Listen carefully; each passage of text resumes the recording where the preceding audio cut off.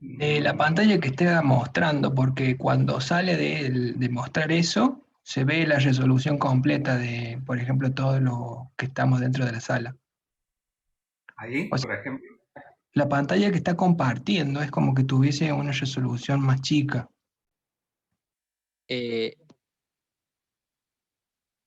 Ah, es que en realidad está transmitiendo solamente la pantalla, por eso pasa. Al transmitir solamente, o sea, Ah, no la pantalla en general, la aplicación. Al transmitir la aplicación se ve así. Si voy a transmite la transmitir pantalla completa se va a ver bien. eh, screen, voy a transmitir la screen 1, screen 2.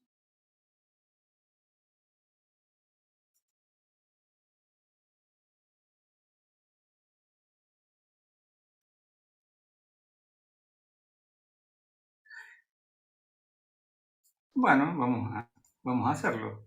Lo que pasa es que yo tengo dos monitores, yo estoy transmitiendo uno para poder tener el chat y, y la pantalla. claro, por eso el monitor que está compartiendo el PDF debe tener una resolución más menor que nosotros.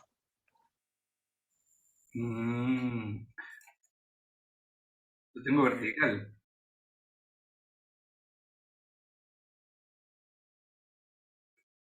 Bueno, pero se puede leer. Yo creo que sí, profe, se veía Sí, sí, todo. se puede leer igual, pero está un poco más chica las letras, ¿no? Se puede leer, pero está bien, más chico. Lo último que se ve al inferior, bueno, ahí lo movió, era señales, ¿puede ser?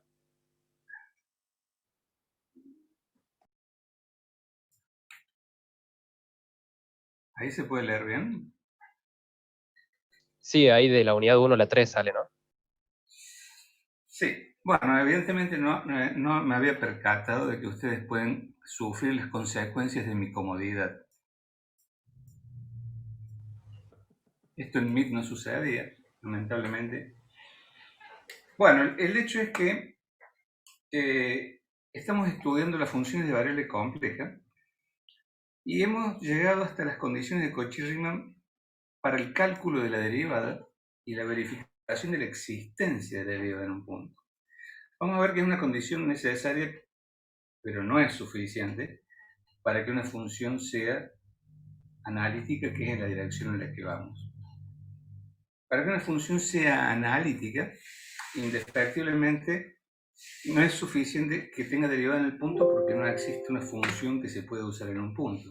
Se puede usar en una región. Entonces, lo que necesitamos es que la función sea útil no solamente en el punto, sino también en una vecindad del punto.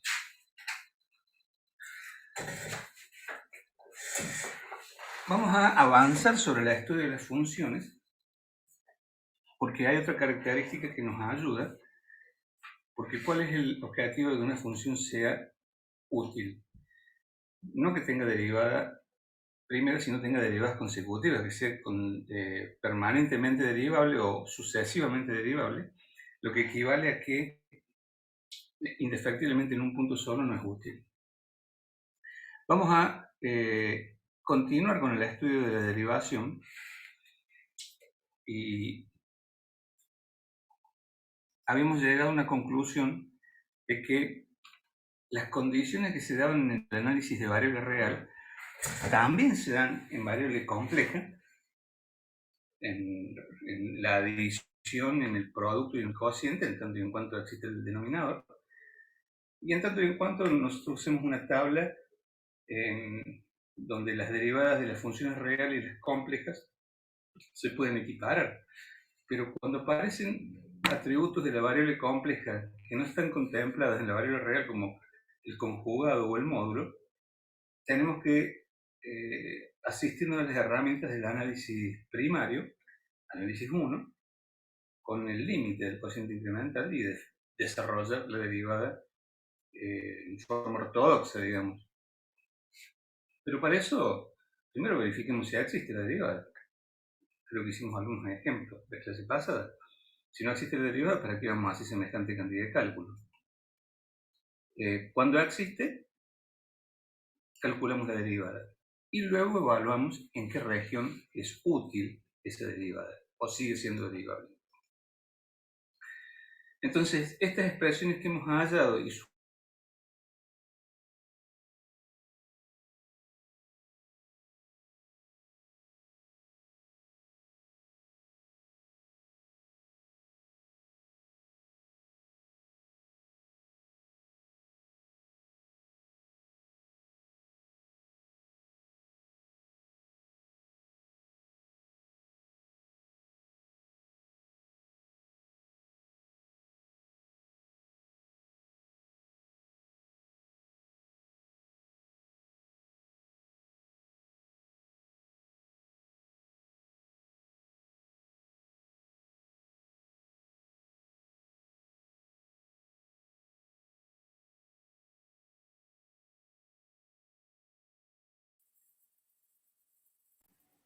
Ok.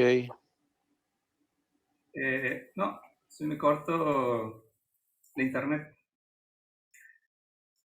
Hoy puede ser un día de esos, ¿no? Así que tengamos paciencia. Acá estamos firmes como rulo de estatua. Bueno, No me nos alegro de movimos. voluntad.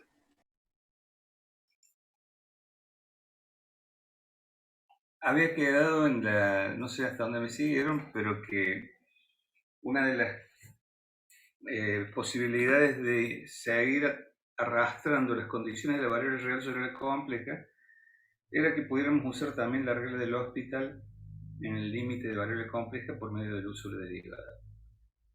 En realidad podemos arrastrar muchísimas de las condiciones de variable real y cuando no, hacemos la excepción. Por ejemplo, el caso donde participa el módulo o el conjugado que no están definidos en el análisis de reales y no tenemos tabla de derivada.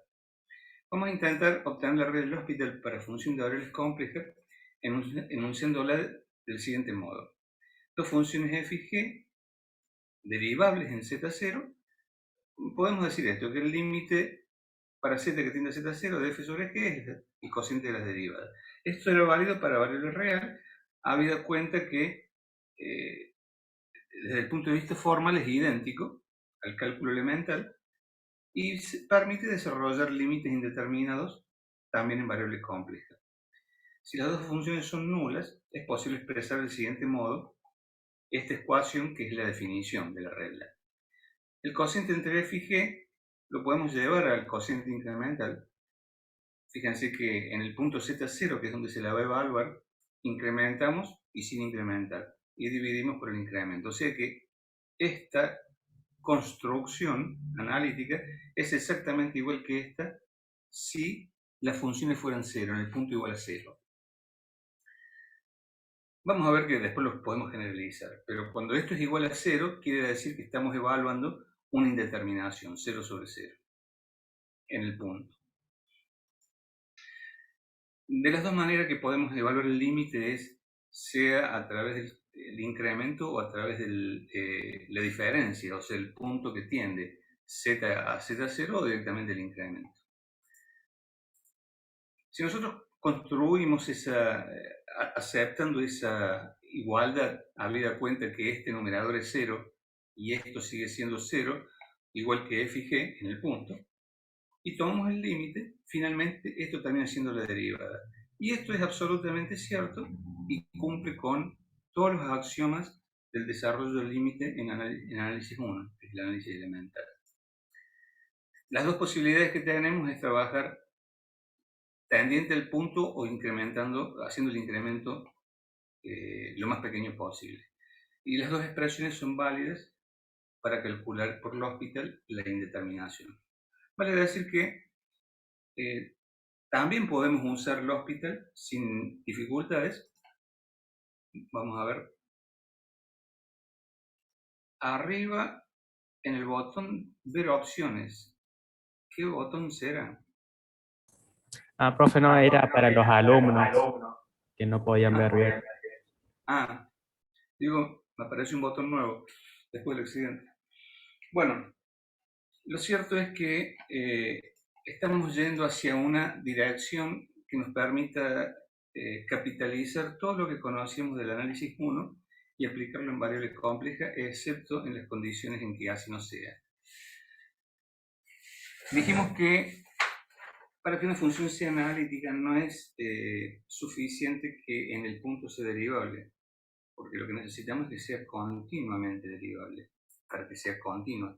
Dijimos que nos íbamos a dedicar al estudio de las funciones nobles, excepto en un número finito de puntos, que le vamos a llamar singularidades, y es donde tenemos que evitarla la función porque no se cumple la condición de analiticidad. El concepto de analiticidad de variable compleja es, por supuesto, el tema más importante y es el que nos interesa porque son las funciones que vamos a utilizar para desarrollar herramientas para el análisis de señales y sistemas. Entonces, una función es analítica u holomorfa. Algunos autores hacen diferencia entre holomorfidad y analiticidad, otros no, en un punto, y su derivada existe no solo en el punto, sino en una vecindad. Entonces es analítica en una región si lo es en cada punto de la región. Y en esa región podemos decir que podemos aplicar nuestras herramientas de análisis, porque tiene derivada y es continua. En general, dicho lo dicho, y que es derivable en el punto, y en una vecindad significa que si nos vamos corriendo, con el límite de la vecindad en la que sigue siendo analítica, en ese punto donde nos hemos corrido, trazamos otra vecindad y así sucesivamente podemos ir construyendo la zona útil de la función, desde el punto de vista estrictamente analítico. Esto tiene que ser así en todas las direcciones, en las direcciones que vayamos a trabajar por lo menos, y tiene una particularidad que la vamos a desentrañar en el camino, que pueden ser desarrolladas en series de potencias. Y esto es así porque las funciones se desarrollan en series de potencias, en particular la serie de Taylor, para aliviar el cálculo analítico y que los cálculos integrales sean más simples. Hay funciones sumamente complicadas desde el punto de vista analítico que se pueden desarrollar en series de potencias crecientes por aproximación para aliviar el cálculo analítico de las integrales, por ejemplo. Entonces, el desarrollo en serie de potencia va a ser una de las herramientas que vamos a utilizar para adecuar nuestras funciones al uso en la región de convergencia o de analiticidad que estemos estudiando. Ya lo dije anteriormente, pero si una función deja de ser analítica en un punto, porque nos hemos ido corriendo y deja de cumplirse que en su vecindad, por ejemplo, no es analítica, o sea, no es derivable, o sea, no es continua, se dice que en ese punto hay una singularidad. Y hay diferentes tipos de singularidades, de las cuales nos vamos a interesar en algunas en particular.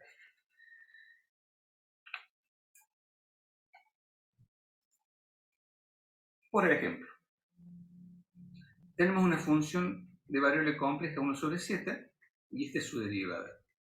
La función es analítica en todo el dominio, excepto en z igual a 0. Z igual a 0 es un punto donde no se cumple lo que hemos dicho porque se hace impropia la función, se hace infinito. Para hablar del punto en el infinito nos tenemos que retrotraer al concepto de el plano estereoscópico de Riemann, la esfera, que tiene una discusión bastante filosófica, pero es la que permite definir el cero a través del infinito. Entonces, en el punto z igual a 0 resulta ser un punto singular. En cambio, otra función, fíjense que tiene derivada, sin embargo tiene una singularidad en z igual a 0, que sigue permaneciendo en la primera derivada, la sigue haciendo impropia. Pero fíjense esta función f de z módulo de z al cuadrado. Si recuerdan cuál es el módulo de z al cuadrado, x cuadrado más y cuadrado. No tiene ninguna singularidad, pero no es analítica en ningún punto, no se cumplía Cauchy-Riemann. Entonces, una condición necesaria, pero no suficiente para que una función sea analítica en un dominio, es que sea continua en todo el dominio y se cumplan las condiciones de Cauchy-Riemann. A la vista no están siempre estas singularidades, a la vista no están siempre las condiciones de la función, Y para eso se desarrollan herramientas. Antes de empezar a usar una función, la tenemos que analizar para ver si es útil y en qué zona es útil. Otra cosa importante es que dos funciones que son analíticas son sus productos, sus combinaciones funcionales, también analíticas en el dominio. Y como dice las propiedades de la derivada, el cociente también, en tanto el denominador no se anule en algún punto del dominio, porque en realidad las propiedades de la derivada provienen de las propiedades del límite y las propiedades del límite están avaladas por la continuidad de la función. Moraleja, una función es analítica si tiene derivada en un punto y en un entorno ese punto, lo que habilita a que es continua y se la puede utilizar. Que la región de analiticidad esté acotada por singularidades son temas que vamos a resolver en el camino para librarnos de esas singularidades. Otra característica de las funciones complejas es la armonicidad. El término armónico es un término que lo vamos a usar en varias situaciones, en particular en esta, tiene que ver, si ustedes lo analizan en forma trigonométrica, el complejo, que está constituido por un módulo y un coseno de la fase más un j por un seno, bueno, pueden percibir que tanto el coseno como el seno son funciones armónicas o periódicas, o repetitivas, o sí, periódicas. Bueno, la armonicidad de una función tiene que ver con esa capacidad de periodicidad, que en este caso son sus componentes real e imaginaria. En variable real el concepto también existe. Pensemos en una función de variable real h, de dos variables reales en R2, x e y, que es armónica en un dominio de un plano, x, y, en R2. Existe una ecuación denominada de Laplace que tiene que verificar la función respecto a ambas variables para ser armónica. Habíamos usado ya esta notación minimalista, donde dice que h derivado a x dos veces, esto significa la derivada segunda de h respecto de x dos veces, y la derivada segunda de h respecto de y dos veces. La ecuación de Laplace propone, no nos quedemos con este Laplace porque va a decir muchas cosas más Laplace, que si eso se cumple, la función es armónica. Si nosotros extendemos el concepto para una función de variable compleja analítica en un dominio, las funciones componentes vamos a ver que son armónicas en ese dominio. Y si bien x e y están en un plano, no es un R2, x e y son escalares. O sea, x e y son reales, perdón, no escalares. Por lo tanto, puedo obtener derivadas parciales respecto a ambas componentes. Esta constitución de la función de variable compleja, de la forma u más jb, donde u y b son funciones de x e y, nos da una posibilidad de aproximación de u y b como función, una función real, porque esto es un real, y esto es un real, de dos variables x y y, que no son completamente reales, pero podemos hacer una aproximación para obtener la ecuación de Laplace y verificar si la función compleja es armónica. Bueno, si la función es analítica en un punto, se cumple que sus partes real e imaginarias tienen derivadas parciales en todos los órdenes continuos en dicho punto, si es continua y es analítica. También dijimos que las funciones holomorfas o analíticas, vamos a verificar que son armónicas y satisfacen las ecuaciones de Cauchy-Riemann. Si satisfacen las ecuaciones de Cauchy-Riemann, tenemos la primera derivada. Lo que tenemos que hacer es tratar de obtener de las componentes u y b la segunda derivada. Y para eso partimos del axioma de Cauchy-Riemann, que es la existencia de la primera derivada, y le vamos a llamar u sub x y b sub y, y u sub y b sub x. Y lo escribimos de esta manera, para llevar el formato de la ecuación de Laplace. Habida cuenta que vamos a evaluar, como hicimos con el cálculo de derivada, la parte real por un lado y la parte imaginaria por el otro. de modo que no se constituyen un complejo, sino se constituyen dos partes diferentes. Si diferenciamos ambos miembros de este primer par de ecuaciones, que no es más que la ecuación de Cauchy-Riemann, derivamos por segunda vez en X, derivamos por segunda vez a B, pero ahora en X. O sea, derivar por segunda vez en X esta primera ecuación nos da este resultado. Y lo mismo si derivamos la segunda ecuación de Cauchy-Riemann respecto a X. Ya obtenemos este otro resultado. Esta es la segunda parcialización respecto de la parte real de la variable que es X. Si hacemos lo mismo respecto de Y, bueno, esta es la forma parcializada, ¿no? Derivada segunda de U respecto de X2 veces, y fíjense, derivada respecto de X y de Y. Esto es lo que dice esta ecuación. Si hacemos lo mismo respecto de Y, a U sub X lo derivamos respecto de Y y a B sub Y respecto de Y. Obtenemos esto. Que escrito en ecuaciones parcializadas sería esto.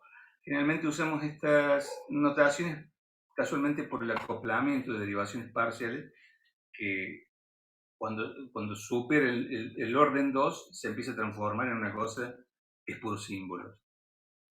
Fíjense que hay algo que nos tendría que haber quedado claro cuando estudiamos la derivada, que la derivada en un punto es única sin importar la dirección. Sin importar la dirección y sin importar en qué orden. Si derivo respecto a X primero, a Y después, no importa porque la derivada es única, si existe. Vale decir que esta parcialización en IX es igual a esta. Y esta parcialización en IX de U es igual a esta, en XY. O sea que, sin importar la dirección en que derivemos, si tiene derivada, nosotros podemos hacer una asociación. Fíjense que U de IX la podemos hacer igual a B y I, porque es igual a esto. Hay un signo de por medio. Vale decir que nos van a quedar las derivaciones de B en XX y de B en Y asociadas en una igualdad. Esta igual a menos esta, lo que nos permite llevar en U y en B a la ecuación de Laplace en términos de su parte real y de su parte imaginaria. Si no les quedó claro, lo único que estoy diciendo es que sin importar la dirección, la derivada es única. Por lo tanto, derivar primero en X, después en Y, la parte real o la parte imaginaria, no cambia nada. Por lo tanto, la ecuación de Laplace se verifica para la parte real y para la parte imaginaria. Con lo cual, lo que se denomina por Laplaciano se cumple para variables complejas. La verificación del Laplaciano es un ejercicio que responde a la existencia de la continuidad, porque finalmente, ¿qué necesito? Una derivada segunda en el punto.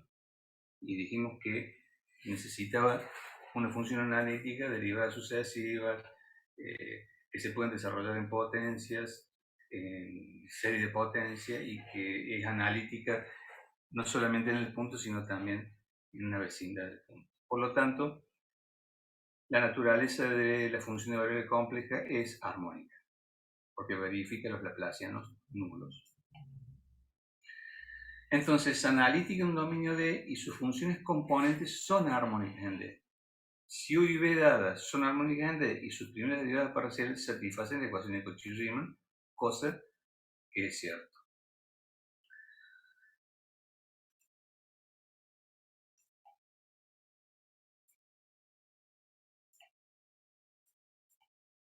Bueno, no creo que haya dudas respecto a este desarrollo, pero si lo hubiera y quieren preguntar algo, porque aquí vamos a hacer una interrupción para cambiar de unidad. Hemos analizado, según lo que nos pide el programa, las características de una función para finalmente definirla como analítica. Un ejemplo de esto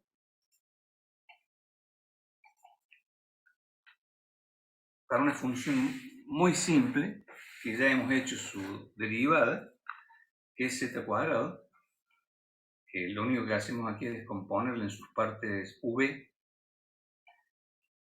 Teníamos sus ecuaciones de Cauchy-Riemann, cumplía con Cauchy-Riemann. Hacemos la segunda derivada y fíjense que naturalmente cumple con el laplaciano. Sí, es una función muy simple, analítica en todo el dominio, pero para una función analítica esto es lo que ocurre en todos los casos.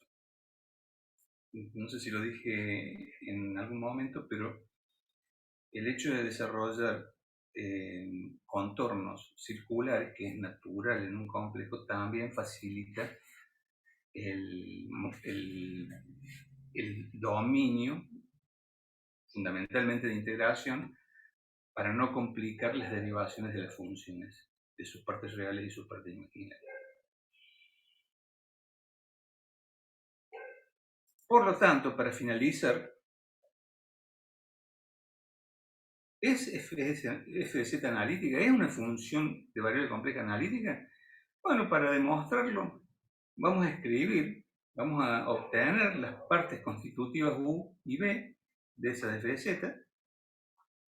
Vamos a encontrar las parcializaciones para verificar que se cumple Cauchy-Riemann en el punto.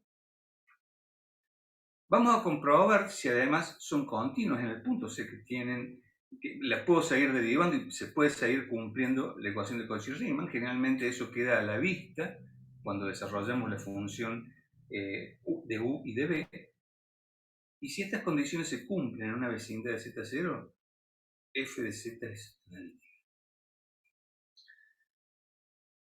Era una condición necesaria que se cumpla la Cauchy-Riemann en un punto, pero no suficiente. La condición de suficiencia es que haya una vecindad donde me pueda mover y siga siendo continuo.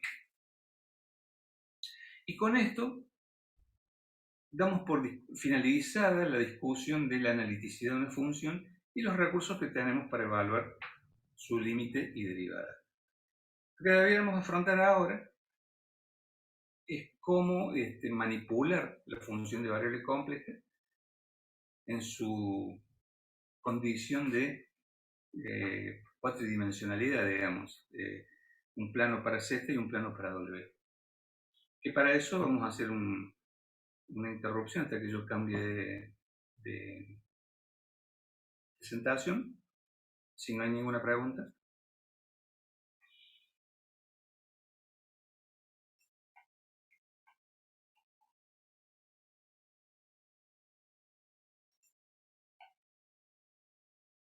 Una consulta.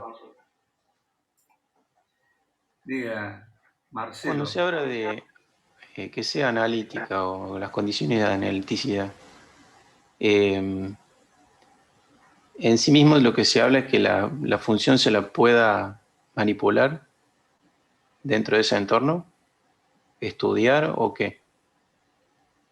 Estudiar es análisis, manipular es operar con ella. Manipular sería un término un poco pretencioso. Bien.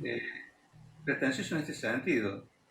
¿Qué tipo de manipulación? No, tengo que poder derivarla, integrarla, o sea, tengo que poder aplicarle las herramientas funcionales para obtener, por ejemplo, si esa función está representando un campo magnético, electromagnético o eléctrico, poder obtener una medición aplicando derivando o integrando.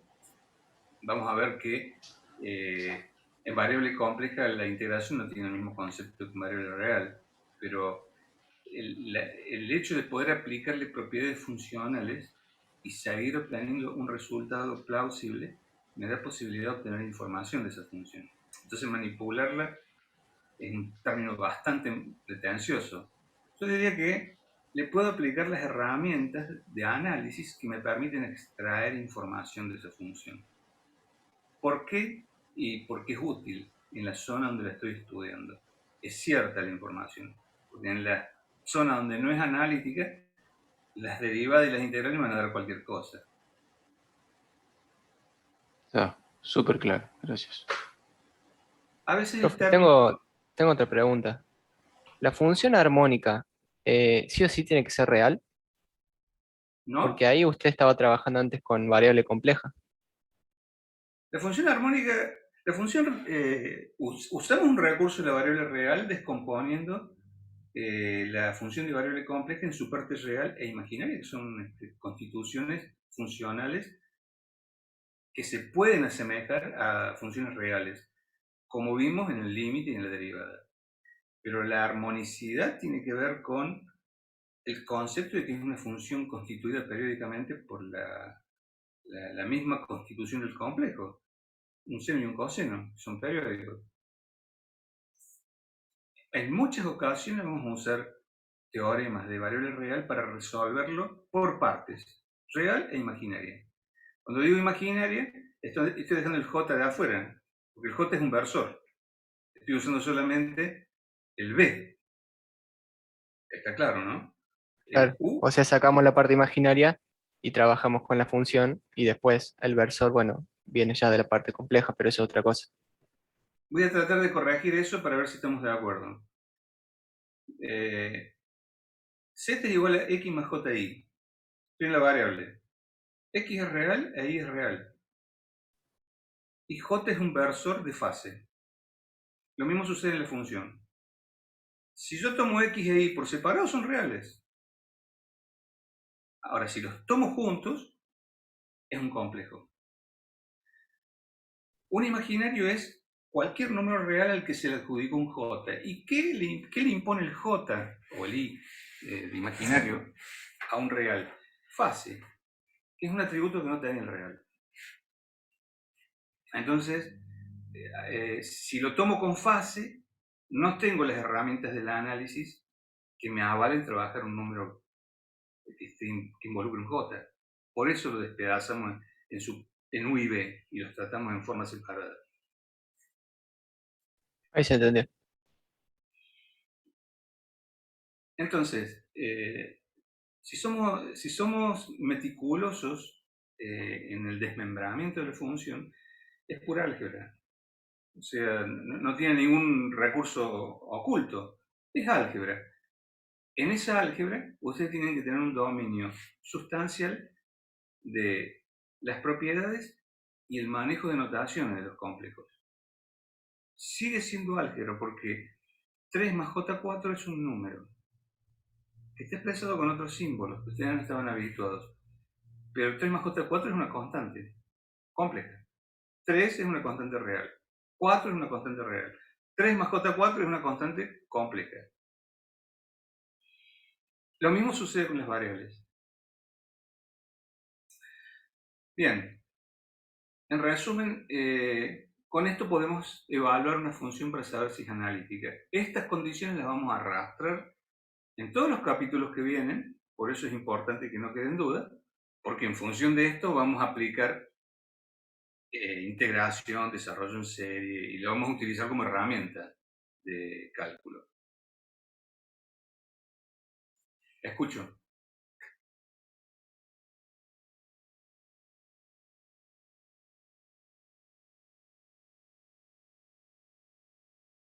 Sí.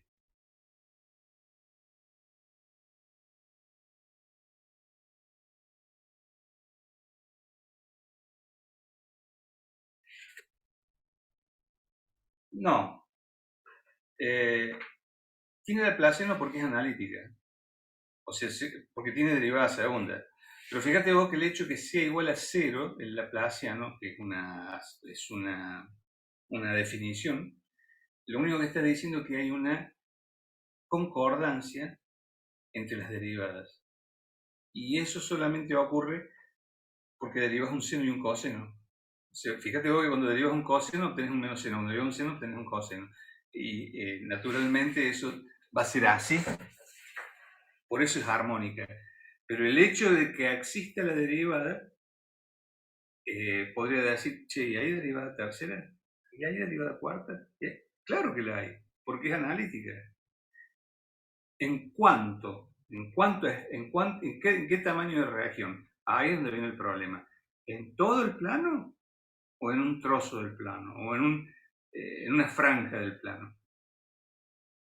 Entonces, para darnos cuenta de eso, cuando desarrollamos el u y el b de la función, de acuerdo a lo que nos da, si nos da 1 sobre x, está claro que en x igual a 0 eso no tiene derivada, es infinito.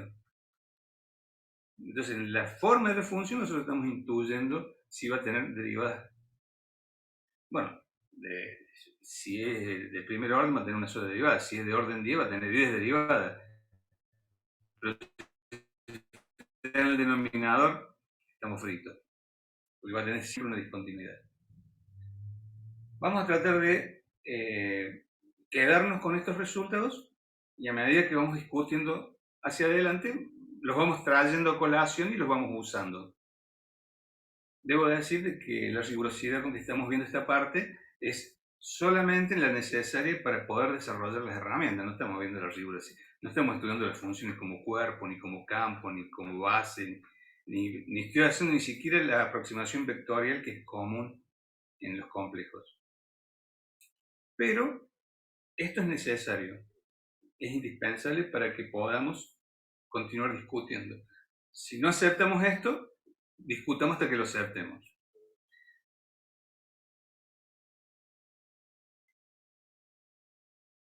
Siempre, no se olviden que siempre tenemos bibliografía recurrente a este tema. Puede ocurrir que lo lean 3 o 4 veces y no les diga nada nuevo, porque no hay nada nuevo. Pero sí puede haber discusiones más profundas en otros libros. En libros. No se queden con lo que en una clase pueden recibir porque es muy limitado. Les estoy dando el hilo conductor para que podamos desarrollar la currícula, no para que seamos expertos en variable compleja. Bueno, voy a cambiar de discurso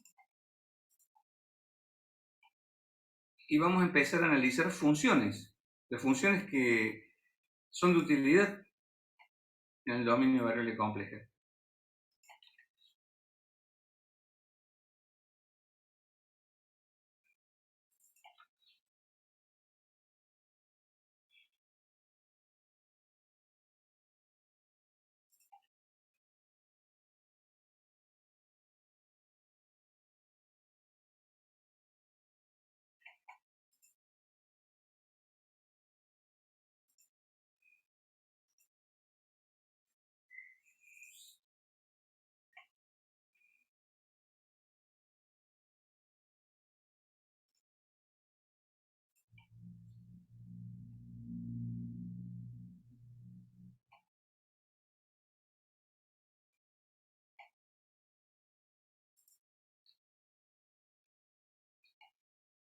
A ver, full screen.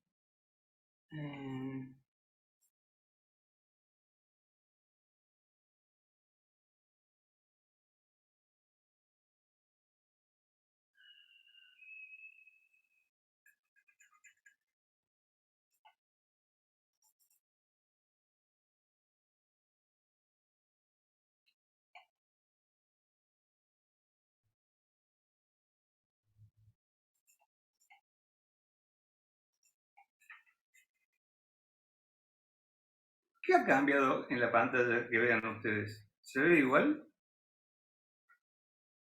Sí, profe, se ve igual que antes. Bueno, ahí lo que hice fue cambiar pantalla por PowerPoint, pero evidentemente no está ahí la... Bueno, cuando hablamos de funciones en variable compleja, hay una limitación, digamos, una función indefectiblemente tiene un resultado, o sea, la función en variable real tiene un dominio de la variable independiente y un rango o imagen de la variable dependiente de la función, pero es unívoco. Acá se suele hablar de transformaciones. ¿Qué transformación se produce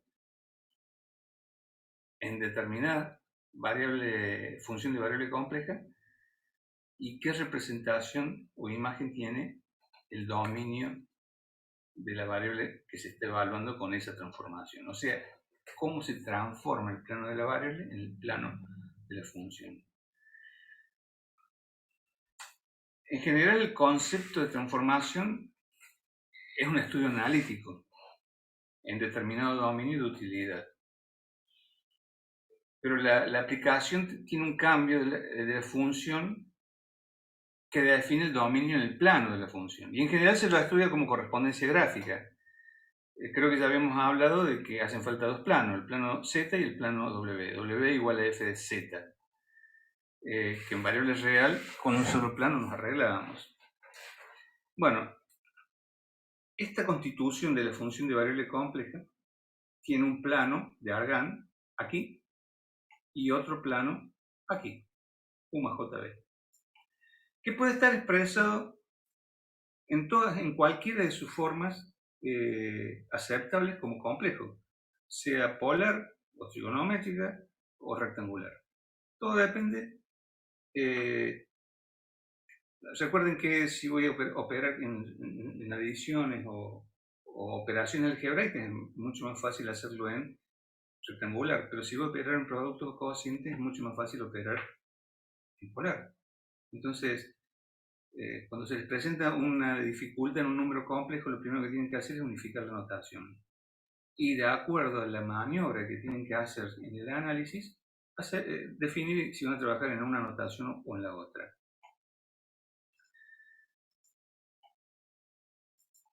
Resulta que en variable real es posible un único gráfico, donde dijimos que en X se define el dominio, que es la variable independiente, y en Y, o la función, se define el rango. Y con este gráfico nosotros tenemos una idea clara de qué hace esa función. Esto no sucede en variables complejas.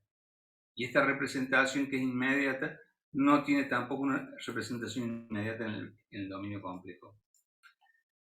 En el caso de una función de variable compleja, para visualizar la función WF de Z, se requieren dos planos. Y lo que ocurre en el dominio del plano Z, que es el dominio de la variable, a través de una aplicación o transformación, WF de Z, tendrá una representación en el plano W. Entonces, de pronto, se me ocurre arbitrariamente que esa región de puntos, azul, por lo menos en mi pantalla es azul, a través de la transformación WZ, se transforma en un dominio de puntos rosa, o no sé qué color es, un rojo pobre. Lo que es importante es que ese dominio de la variable en Z tiene esa imagen en W.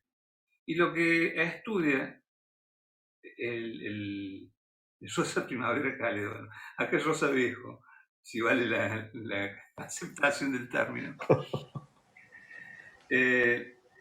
Lo cierto es que lo importante del dominio de la variable es en qué zonas me lleva a operar en el dominio o imagen de la función. Esa representación gráfica es lo que se llama mapeo. Y lo que se mapea son los valores de X que a través de la transformación f de Z se produce una imagen en W.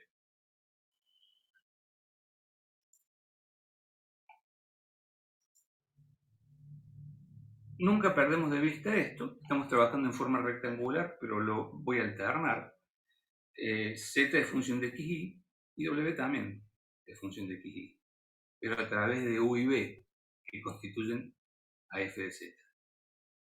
Entonces, la constitución primaria de la transformación está en el plano de la variable, razón por la cual la mayoría de los estudios se realizan en el plano de la variable. Y resulta que nosotros en variable real, la forma de la curva, si estábamos integrando, nos daba un área, y esa área podía ser un trabajo, podía ser una energía. Bueno, acá lo que sucede en el dominio de la variable o de la imagen, de la función, perdón, o de la imagen, no nos está representando lo mismo. O sea que no, vamos a tratar de abandonar ese concepto y vamos a tratar de encontrar un nuevo concepto de lo que sucede en el dominio de la imagen. Vamos a referirnos a las transformaciones elementales con las que trabajamos para desarrollar herramientas. El objetivo fundamental de esta asignatura es llegar al dominio, al manejo, a tener las herramientas necesarias para manipular señales y sistemas en el tiempo y en la frecuencia. O sea que las herramientas que vamos a desarrollar van a ser transformaciones temporales y frecuenciales, que son las dos informaciones de los eventos dinámicos que un ingeniero necesita conocer para poder diseñar, y que finalmente tiene que ver con la velocidad con que un evento se produce, ya sea un evento de información producido por una señal o un evento de control producido por un sistema. Siempre vamos a tener presente que la variable compleja la podemos tener en forma rectangular o polar, y vamos a presentar tres operaciones básicas que son inherentemente vinculadas a la propiedad del número complejo. La traslación, por ejemplo, tenemos una función W, z más una constante. Esto podría ser igual a x más 3 en reales. W igual a z más una constante es una traslación. Reemplazamos z por su equivalente genérico x más ji y c por c1 más jc2, donde c1 es la parte real de c y c2 es la parte imaginaria de c. Cuando lo separamos en parte real y parte imaginaria, nos queda que la aplicación W que produce una traslación fue incrementada en su parte real y en su parte imaginaria por las respectivas partes reales e imaginarias de la constante. Si eso lo llevamos a un plano, equivale a que la variable z, función de xy, se transformó en x más c1 y y más c2 en W. Quiere decir que un punto que estaba situado en el plano de Argand de la variable en xy, en el plano W se lo encontró en x más c1 y x más c2. O sea que se trasladó. Si fuera solamente eso, podríamos decir que tuvo un corrimiento o un offset si fuese una variable eléctrica. Pero esa es una operación básica que proviene de la adición. Por supuesto que la adición puede ser un número negativo. Lo cierto es que si c fuera igual a 0, este punto está situado en xy. O sea, u es igual a x y b es igual a y. En la medida que la constante se aleja de 0, sea positiva o sea negativa, se va a mover en el plano en función de la magnitud de la constante. Y el análisis lo hicimos en rectangular. ¿Sí? ¿Está claro? Sí, Mario. Vamos a otra operación básica, transformación básica. Siempre mantenemos el mismo axioma del número complejo. La rotación. Bueno, la rotación, fíjense, vamos a evaluar una función W igual a JZ, donde J es un complejo 1 por E a la J pi sobre 2. ¿Alguna duda sobre eso? Bueno, y el complejo Z, en su forma genérica, R o un ρ, un módulo, por E a la J tita. Operamos, por supuesto que si es un producto, lo más fácil es operar en polar. Y nos aparece 1 por R, el resultado es R, por E a la J tita más pi sobre 2. O sea que este complejo, esta operación de rotación, que si lo ponemos en forma trigonométrica, es concretamente esto, lo único que le hizo el complejo original Z fue cambiarle la fase. El módulo no se lo modificó porque el módulo es unitario. Y la fase es pi sobre 2 porque J tiene fase pi sobre 2, es el eje imaginario. Si pensamos en J como otro complejo que no sea el eje unitario, bueno, R va a estar multiplicado por su módulo y la fase va a estar modificada por la fase del complejo que, si fuese C1 más JC2, tendrá un módulo y tendrá una fase. Yo creo que usé el camino más corto. ¿Por qué? Porque el pi sobre 2 es emblemático de los complejos. J tiene fase 90 grados. ¿Qué pasa con esto? Y que los complejos de la forma R por E a la J tita van a través de la aplicación W o la JZ, transformarse en complejos R por E a la J tita más pi sobre 2. O sea, su módulo va a estar afectado por el módulo del complejo multiplicador, y su fase va a estar modificada también por la fase del complejo multiplicador. Si este es el plano Z y este es el complejo Z y el módulo no cambió, sigo teniendo el mismo tamaño, el mismo módulo, pero la fase es θ más pi sobre 2. Si J hubiese tenido un módulo 3, por ejemplo J3, en el plano W habría una circunferencia de radio 3. Y la fase sería θ más pi sobre 2. Si en vez de J hubiese sido 3 más J4, la fase que le hubiera incorporado al complejo Z, en el plano Z, hubiese sido el arco tangente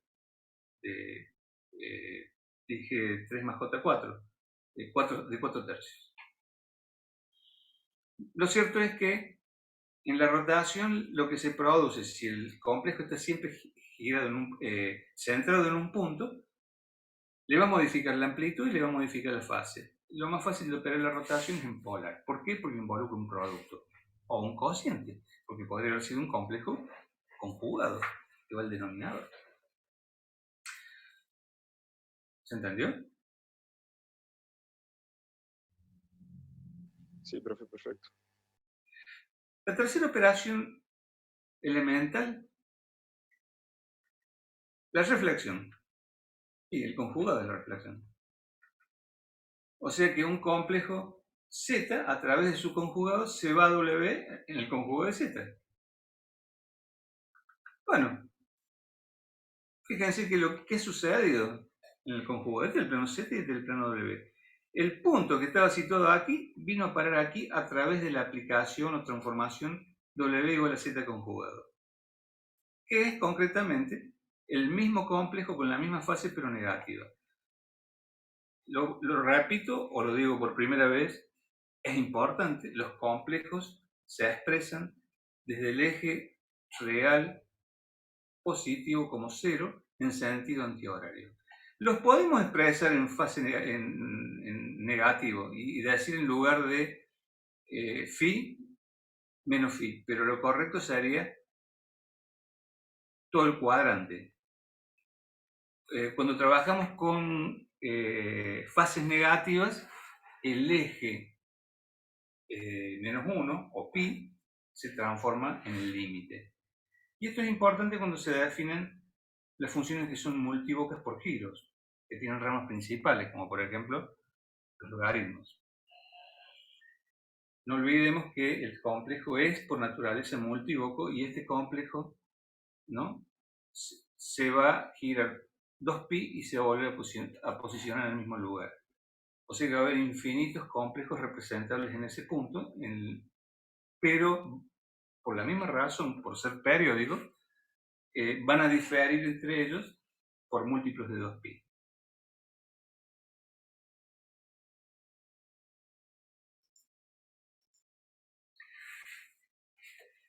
Esas tres operaciones elementales combinadas nos pueden llevar a construir aplicaciones o transformaciones más elaboradas, combinándolas. Por orden de aparición, las transformaciones lineales. ¿Cuál sería una transformación lineal? ¿Cuál sería una función lineal en variable real? La más simple que se les va a ocurrir. MX más B. Bueno, perfecto. La más simple hubiera sido igual a X, ¿no? Pero perfecto, MX más B. Combinando las transformaciones elementales en una única transformación, se obtiene la transformación lineal general. Vamos a considerar dos complejos, B y C. Y me refiero concretamente a la notación que dijo el compañero, BZ más C, donde a B lo vamos a expresar en polar porque ya vimos que va a involucrar una rotación, porque es un producto, y C la vamos a expresar en rectangular porque va a expresar una traslación. Acá están expresadas las dos juntas en una combinación lineal combinada. Cualquiera podría haber sido, esta podría haber sido 1 y sigue siendo una transformación lineal, Esto podría haber sido 0 y sigue siendo una transformación lineal. La general es que estén ambas presentes. Si operamos B por Z, y acá aparece ya, B en el ejemplo que yo les di era J. Bueno, acá ya tiene módulo y fase. Por lo tanto, el módulo va a afectar el módulo de Z, que es un genérico ρ por L J θ, y la fase lo va a afectar en beta. Vale decir que la transformación a través de BZ le va a imprimir a la variable Z una modificación en el módulo. El ponderador del módulo va a depender si va a ser más grande que ρ o más chico que ρ. Depende si B es mayor que 1 o menor que 1. B igual que ρ, es un módulo, es una magnitud. Si B es menor que 1, ρ por B es menor que ρ. Si B es mayor que 1, ρ por B es mayor que ρ. Entonces ahí hay una amplificación de módulo en el resultado de B por Z. Y la fase depende de beta. La fase, si beta es pi sobre 4, va a girar pi sobre 4 respecto a tita. Si beta vale pi, se va a poner a pi de tita. Lo cierto es que esta transformación va a tener impacto en el módulo y en la fase de Z. Y ahí está expresado matemáticamente en polar porque es un producto.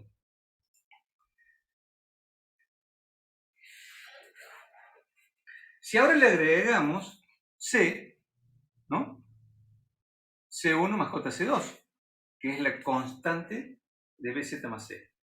Y ahora lo teníamos en forma, o sea, si lo llevamos a forma trigonométrica, desarrollamos en U más JB la función, o sea, en forma rectangular para poder operar la suma, finalmente el complejo que resulta es ρ por B coseno de tita más B más C1, que también es real, y la parte imaginaria por su lado.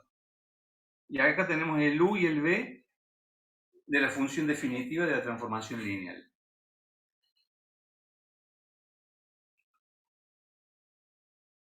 Lo más importante, como lo dijimos en la sinopsis de la función analítica, es encontrar las partes constitutivas de la función, de la transformación, la parte U y B. Y para eso me valgo de las propiedades y las notaciones que más me convengan de acuerdo a las operaciones, que finalmente son algebraicas. Son productos, sumas, cocientes. Lo más complicado puede ser un cociente. No, perdón, lo más complicado puede ser una raíz. Pero sigue siendo analítico.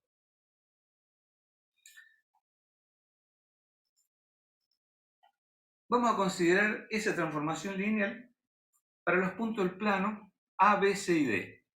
Para eso hemos estudiado dominios o regiones de puntos. Hablemos de una región de puntos. Este es el plano Z, con las cuatro fronteras entre los 4 puntos A, B, C y D, esta zona rectangular. Le vamos a aplicar la transformación lineal que desarrollamos recién, BZ más C, donde B le impuso a los puntos Z, a todos los puntos Z de esta región, les impuso una modificación de su módulo, en función del módulo de B, y un giro en función de la fase de B. Y C, una traslación. Una traslación X. Vale decir que las dos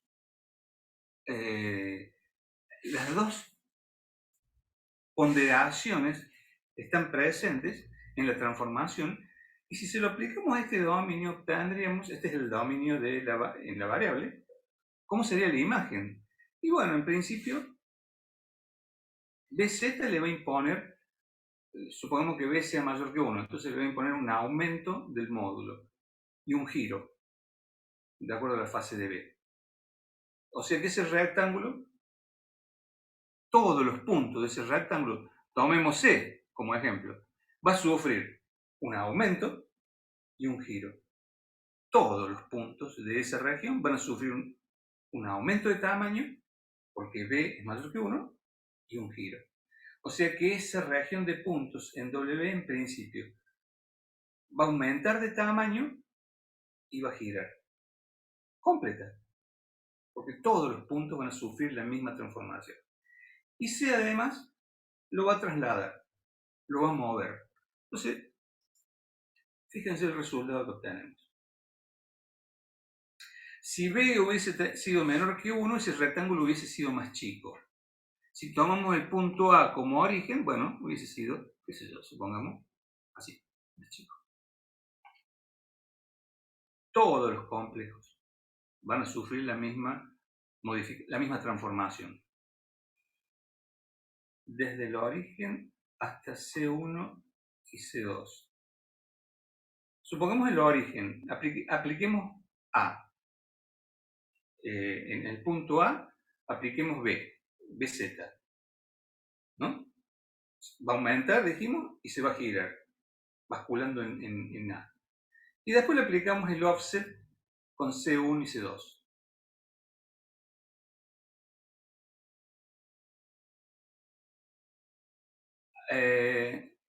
¿Es una afirmación? No entiendo. No, no es una pregunta, es una afirmación. Ah, sí, sí. Entonces primero es la amplificación, rotación, y después el término C, el desplazamiento del origen. Sí, a ver, eso es desde el punto de vista didáctico para entender y no solamente, sí. Pero la realidad es que cada punto va a sufrir un BZ más C. Tal cual. Sí. Profe, tengo una duda. ¿La figura va a rotar teniendo como centro el origen o teniendo como centro el punto central de la figura? El origen y el punto central de la figura son dos puntos Z que van a estar sometidos a la transformación BZ más C. Todos los puntos. Es mucho más fácil tomar uno de referencia. Yo tomé como referencia el A. Pero si Claro. vos hubieses tomado el C, hubiera sido exactamente lo mismo. Pero te digo una cosa. Si tomas como referencia el centro de la figura, el centro del dominio, todos los complejos se van a mover. Si tomas solamente como el A, podés mover la figura. Es solamente didáctico.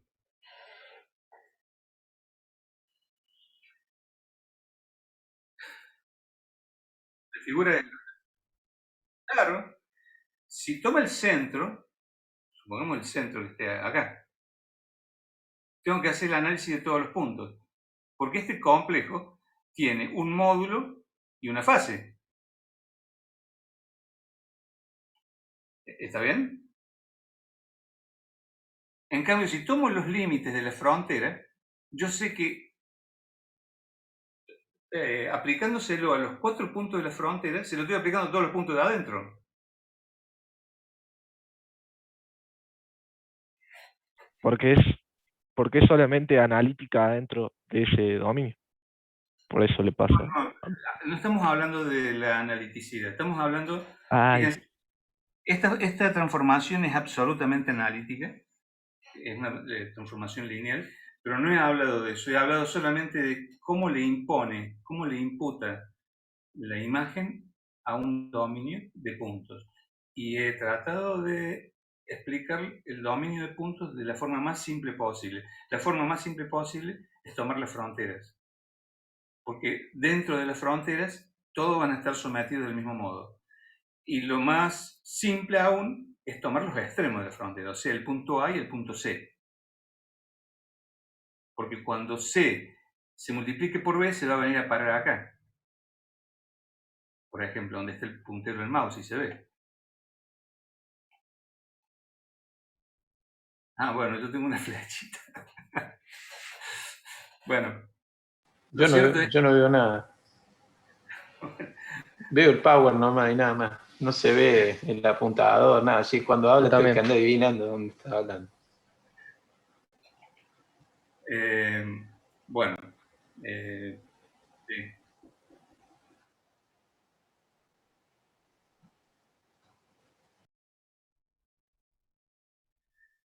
La constante C no rota, solamente desplaza. Quien rotó fue B.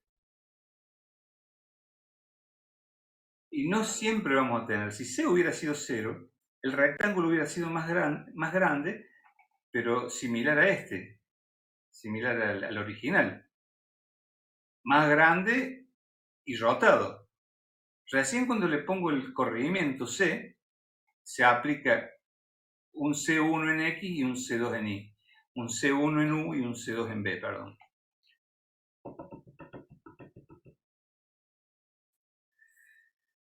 Bueno, la transformación lineal es la más simple de todas. Ahora la complejidad aumenta.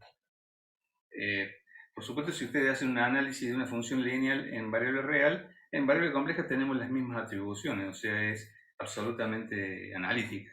No hay puntos Z donde no se cumplen las condiciones de Cauchy-Riemann. En todo el dominio se cumplen.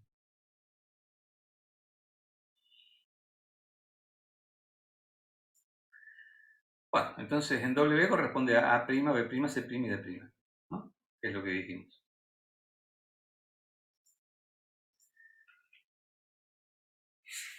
Vamos a hablar de transformación potencial.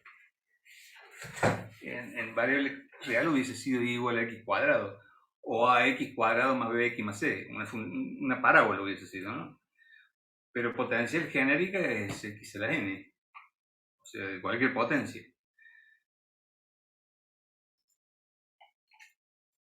Bueno, acá el exponente se pueden considerar tres casos básicos que sirven de referencia para exponentes mayores.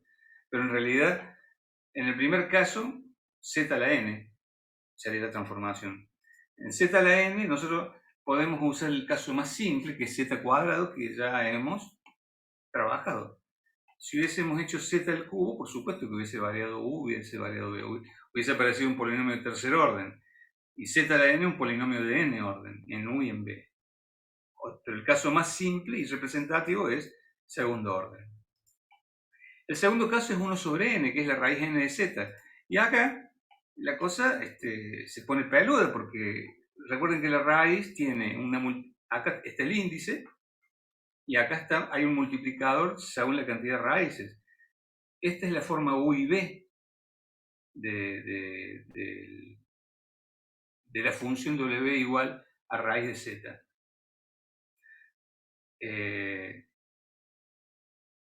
Pero vamos a ver que si w es igual a z cuadrado, z es raíz de w, o sea que nosotros podemos ir y volver, y finalmente lo que aplicamos a la ida se repone a la vuelta. Lo que hacemos a la ida con un cuadrático se repone a la vuelta con una raíz. Y el tercer caso es z a la menos n, que es la inversa.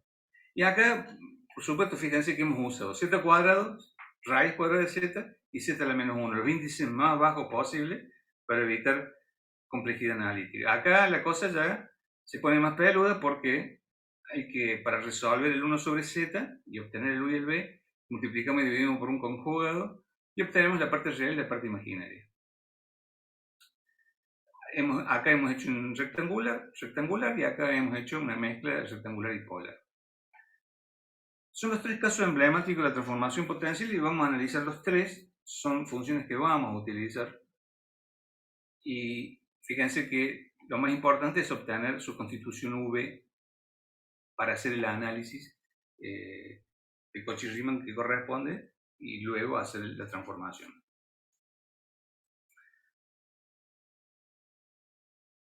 Aquí no hay duda, ¿no? No. Bueno, vamos a ver el primer caso. Z cuadrado. Por supuesto, Z cuadrado es mejor operar en polar porque... Profe, una pregunta de la diapositiva anterior que me surgió. ¿El rho no tiene que ir con la raíz en el segundo caso?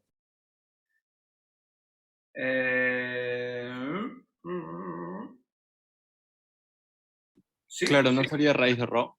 efectivamente. Efectivamente. Y lo voy a corregir antes que me olvide. Sí, rho al 1 medio podemos poner directamente.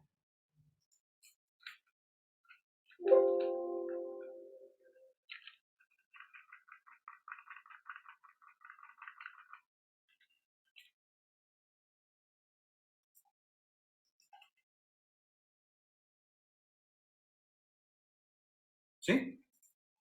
¿Ahora sí? Sí, ahí está, Entonces, profe, gracias. sí, lo único que acá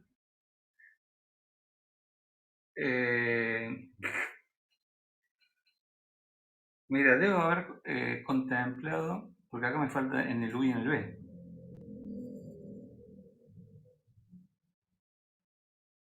Debo haber contemplado un módulo unitario, pero cuando lo analicemos lo vamos a discutir.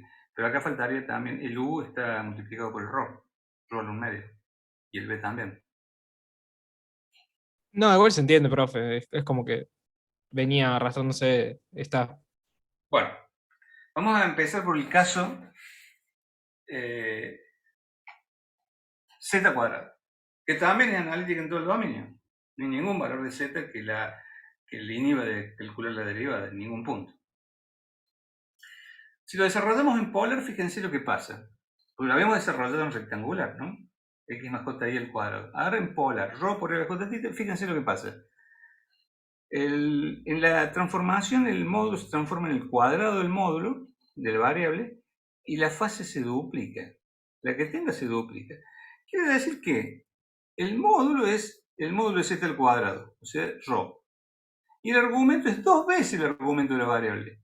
Quiere decir que si tomo un dominio dentro de este círculo del primer cuadrante entre 0 y pi sobre 2, los puntos que le corresponden van a tener módulo el cuadrado de este radio.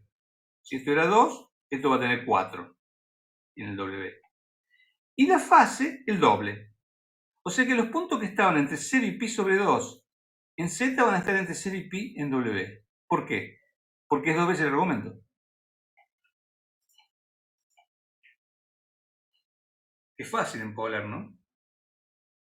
Ahora, ¿y por qué esto? ¿Cómo se entiende esto? Y porque hay dos valores que cuando ustedes hacen y igual a x cuadrado, hay dos valores de x, el positivo y el negativo, que responden a la misma transformación. Y acá sucede lo mismo, solo que son complejos. Hay dos valores de z que dan el mismo w. En este caso, al revés, hay dos valores de w que dan el mismo z.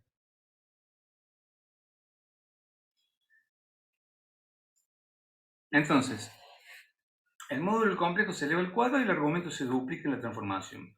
Pero el último caso no es un mapeo de 1 a 1, porque los ejes real, positivo y negativo de z se mapean sobre el eje real positivo de w. ¿Por qué? Porque hay un positivo y un negativo. Al cuadrado es siempre positivo.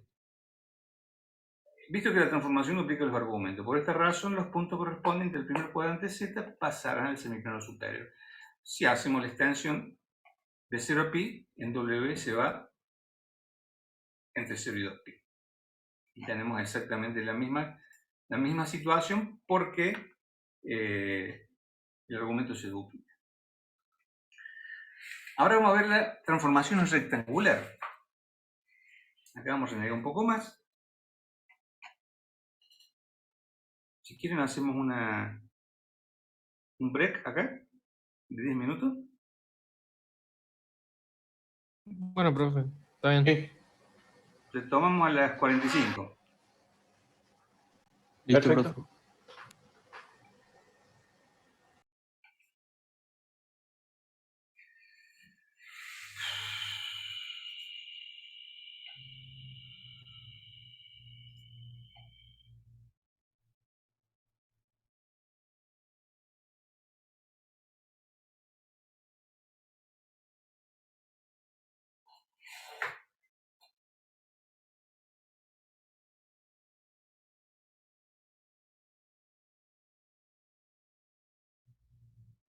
Retomamos.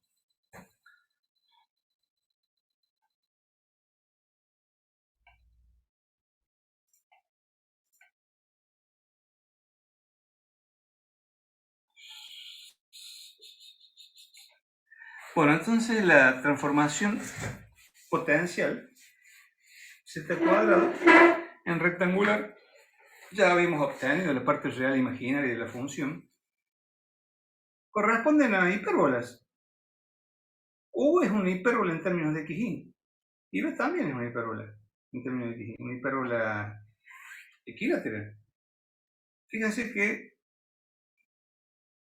si adoptamos un valor U constante y B constante, fácilmente podemos desarrollar en el plano de XY una familia de hipérbolas para diferentes valores de U. Y lo mismo si adoptamos para B constante diferentes hipérbolas equiláteras en el plano X y en el plano Z. Recuerden que U y B están en W, o sea que rectas a U constante en el W podrían representar hipérbolas en el plano de la variable. Y rectas a B constante en W pueden representar familias de hipérbolas equiláteras en el dominio de la variable.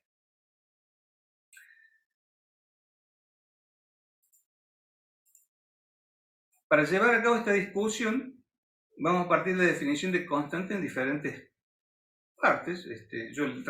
En casi todos los libros lo van a encontrar cuadriculado. Es una transformación muy común, usada en casi todas las bibliografías.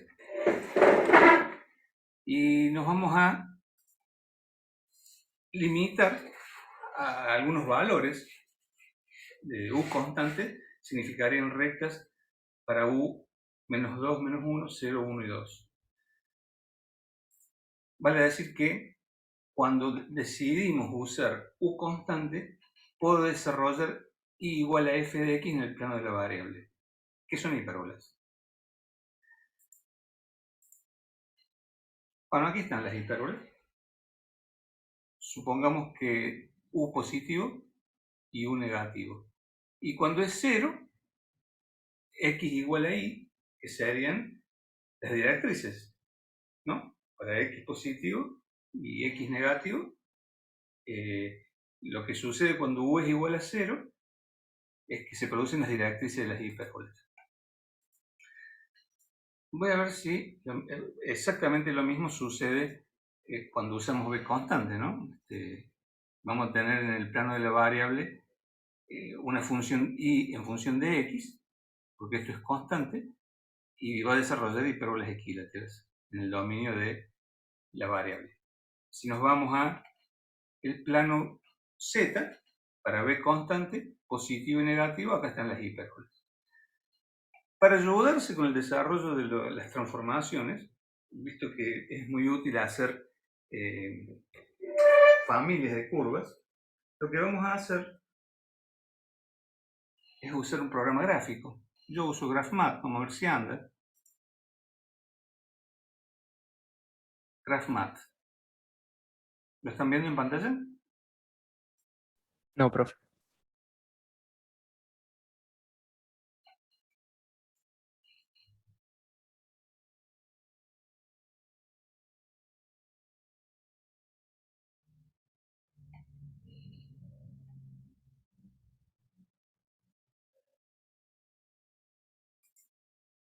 Avísenme cuando llego, así empiezo a dibujar. Profe, si usted está transmitiendo el PowerPoint, nosotros siempre vamos a ver eso. Tiene que cambiarlo en la transmisión del Zoom. Ah, cierto. Cierto. New Share, pantalla 1. Ahí está, ahora sí. Perfecto. Bueno, dijimos que teníamos hipérbolas. Por ejemplo, x al cuadrado menos y al cuadrado igual a 1.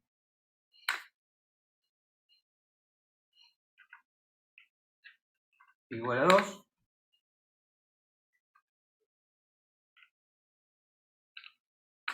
Menos 2.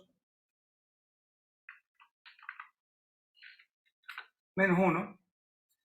Y podríamos hacerlo entre 4 y menos 4, o sea que para que quede un poquito más grande.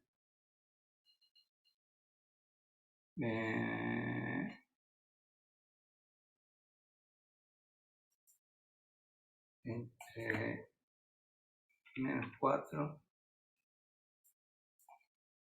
4,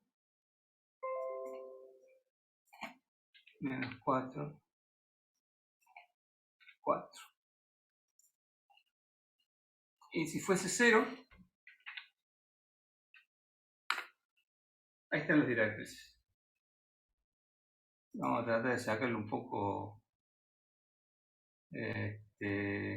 fondo de pantalla para que se vea un poco mejor los papers. Vamos a sacarlo así y el color le vamos a poner, en vez de ese, le vamos a poner un blanco. Si puede.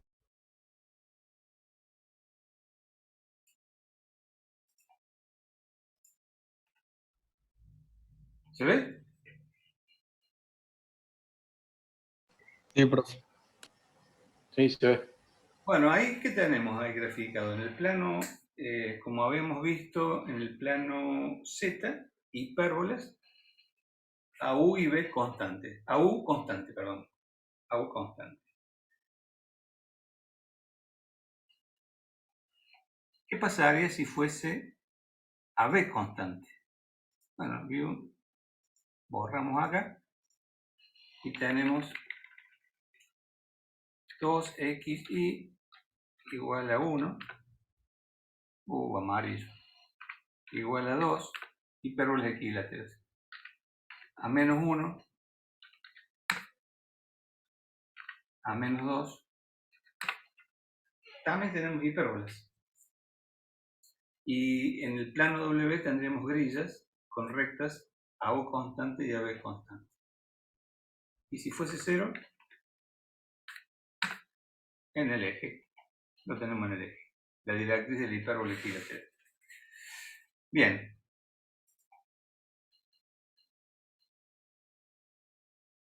Yo ahí estoy compartiendo de nuevo, pero vamos a volver a la pantalla 1. Eso fue obtener una familia de curvas para diferentes valores de U y de B, que nos permitiría, en el plano W,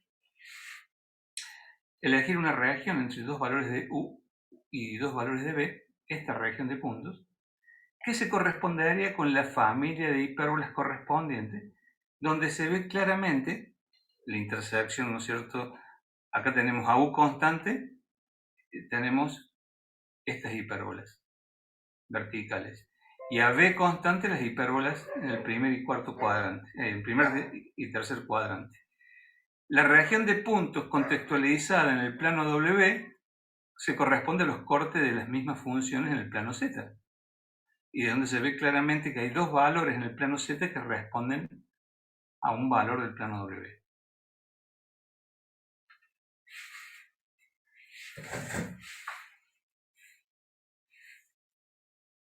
Bueno, acá nosotros, si tuviéramos que elegir trabajar, a ver, si el área fuera importante, y yo tuviera que calcular el área de la región de puntos de B y su transformación en W, por supuesto que yo elegiría trabajar en el área rectangular cuadrangular del plano W, que es lado por lado, y no trabajar en estas curvilíneas para calcular el área en el plano Z. Entonces las transformaciones, denominadas transformaciones conformes, ¿no? Porque tiene una representación directa de la imagen respecto al dominio, nos permiten modificar a través de las transformaciones los dominios de operación, de manipulación o análisis en el plano de la variable. O sea que esta transformación sería extremadamente útil para estudiar lo que sucede adentro de esta región a través de una superficie muy simple de operar, con una transformación cuadrática. Si fuese cúbica, por supuesto que estos van a ser polinomios de tercer orden, ya no van a ser hipérbolas, y va a haber 3 valores en Z para un valor de W, y así sucesivamente.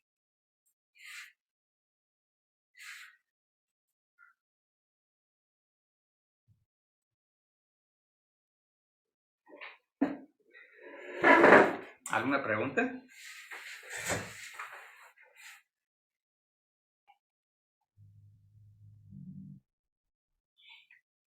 ¿Escucho?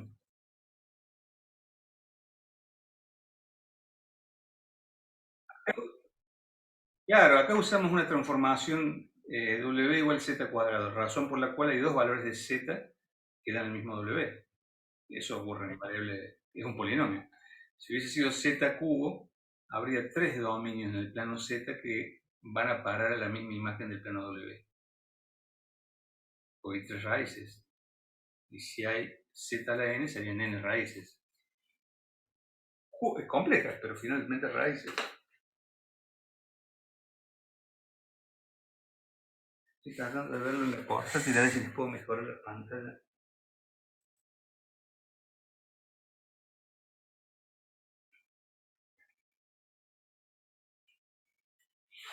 Bueno, ¿qué pasa ahora si las constantes las quiero en el plano X? O sea, fíjense que cómo fue la estudio. Constantes en el plano W, U y V, me dan hipérbolas equiláteras, hipérbolas y hipérbolas equiláteras en el plano Z. ¿Qué pasa si yo tengo esta grilla en el plano de la variable? O sea, acá en el plano Z. O sea, a X e Y constante. Bueno, si partimos de la expresión general de U y V, cuando Y es igual a constante, fíjense que yo de acá, si U vale esto, a ver, acá me olvidé un cuadrado, que lo voy a corregir ahora, porque si no se me va a quedar.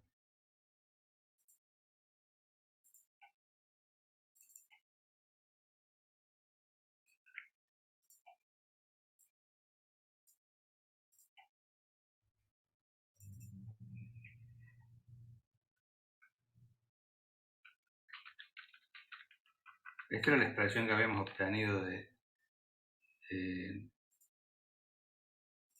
U, un hipérbola, y 2xy para B.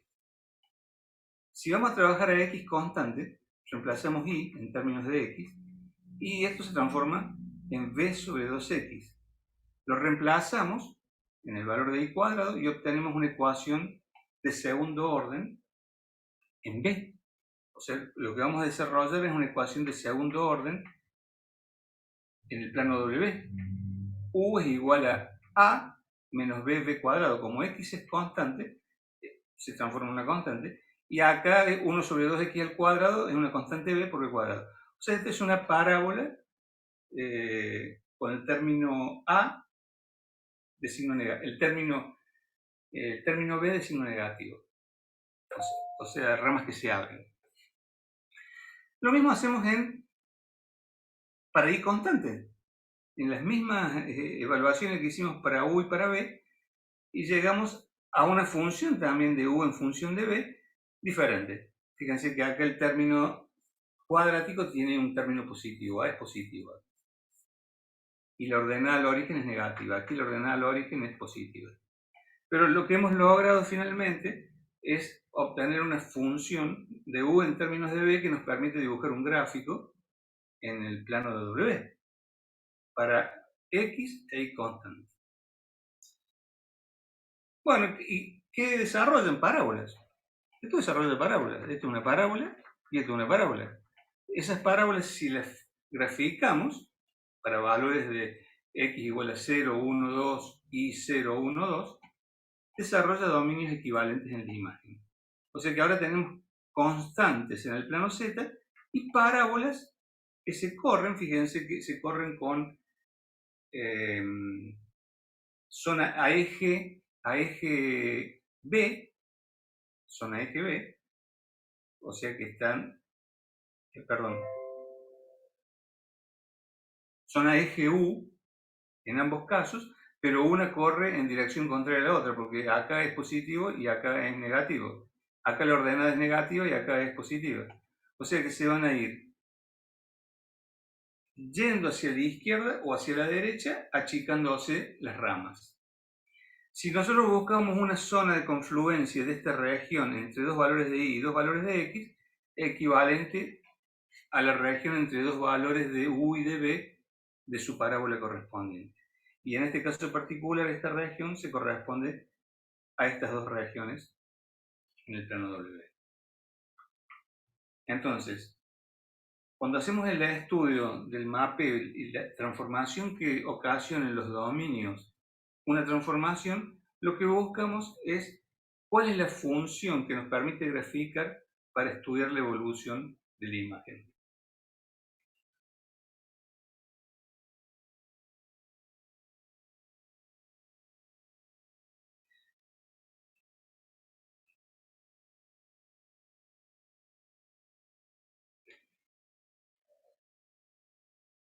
Bueno, les propongo que para encontrar esta familia de curvas usen un programa gráfico de la misma manera que les mostré el GraphMath para hacer las hipérbolas.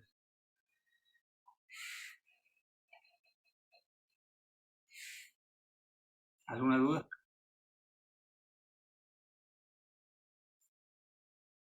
En el plano W son parábolas. Hay dos parábolas a U constante y dos parábolas a V constante. Y el cruce entre ambas es el que corresponde, dos parábolas a X constante y dos parábolas a Y constante, que son estas dos ecuaciones, que se corresponden a estos límites, X1, X2, Y1 y 2. Entonces esta región de punto, la intersección en la cuadrícula de Z, se corresponde a la intersección de las parábolas correspondiente a cada X y cada Y en W.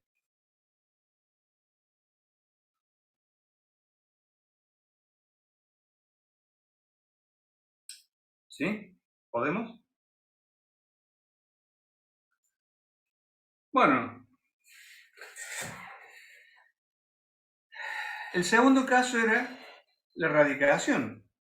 La radicación, por supuesto, una radicación cuadrada, una cuadrada, porque si vamos a hacer una 1 sobre n, tenemos el mismo problema de z a la n. Y lo que habíamos descubierto, sí, la forma u y b, pero fíjense lo siguiente, si w es 1 sobre z cuadrado, o sea, raíz cuadrada de z, w cuadrado igual a z, entonces acá tenemos una transformación potencial igual que la que analizamos, solo que invertida. Por lo que podemos decir entonces que lo que era Z ahora es W y lo que era W ahora es Z. Igual en la otra transformación. Porque finalmente las ecuaciones son exactamente las mismas, solo que al revés. Antes me iba de W a Z cuadrado, ahora me vengo de W cuadrado a Z. O sea, cuando me voy con una potencia de segundo orden, me vuelvo con una raíz de segundo orden. ¿Sí?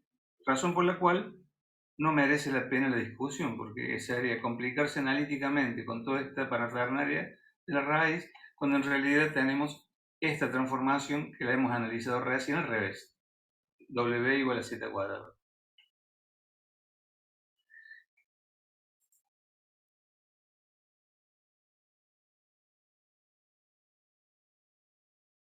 Bien. Considerando que, no sé, algo se me borró acá. La siguiente transformación es W Z a la menos n, donde el caso particular es n igual a 1, que es la más simple de todas. O sea, 1 sobre z. Bueno, para desarrollar esta transformación,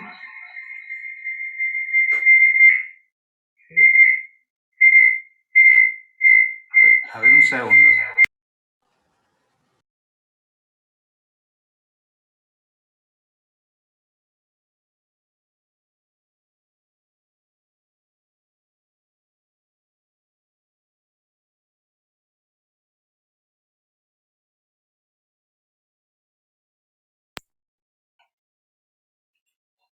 Ahora sí. Para desarrollar esta transformación, también nos vamos a valer de los recursos de las propiedades de los complejos, fundamentalmente porque vamos a trabajar con conjugados. Pero habíamos obtenido esta forma, multiplicando y dividiendo por un conjugado. Bueno, acá tenemos el u y el b. O sea, el u y el b tienen una forma que ustedes podrían identificar. ¿Quién me dice qué ven ahí en u y en b?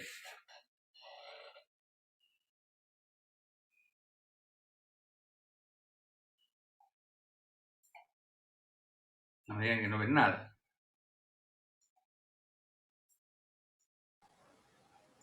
Pero un cociente entre una recta y una circunferencia. Fíjense, por lo pronto sí una circunferencia. Por lo pronto sí una circunferencia, porque x cuadrado más y cuadrado igual a r cuadrado, donde r cuadrado es x sobre u. Pero una circunferencia... Que si x y si y son 0, queda 0 sobre 0. Bueno, ¿cuándo x y es 0? En En el el origen. origen. Y en el origen tiene una no analiticidad, o sea, es infinito. Z igual a 0.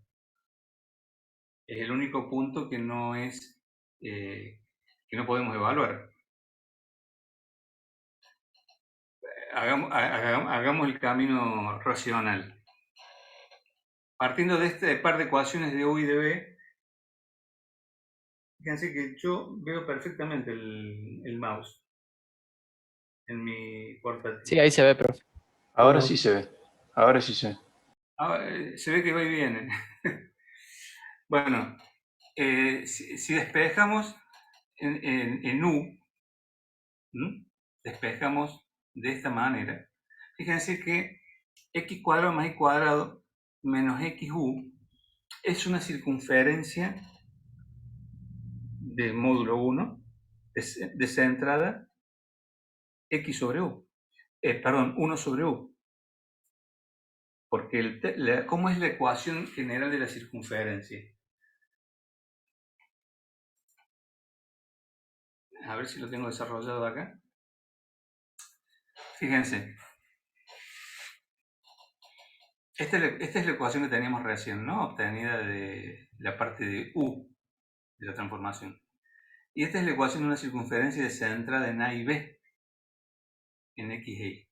Si desarrollamos la ecuación general de la circunferencia, llegamos a este término. ¿Dónde? X cuadrado y cuadrado son los términos generales de la circunferencia. Si A y B fuesen 0, serían una circunferencia centrada. El término de descentramiento en X es menos 2A. El descentramiento en Y es menos 2B. Y R cuadrado es igual a A cuadrado más B cuadrado. Para que esto sea 0. Claro, al estar descentrado, el radio también está descentrado. Entonces fíjense que el término en primer orden en X es un índice del descentramiento en X. Y el término de primer orden en Y es un índice del descentramiento en Y. Por lo tanto, menos 1 sobre U es el descentramiento en X de esta circunferencia. ¿Se entiende? Sí. Vale decir que para U constante voy a tener circunferencia. Por otro lado, fíjense en esto.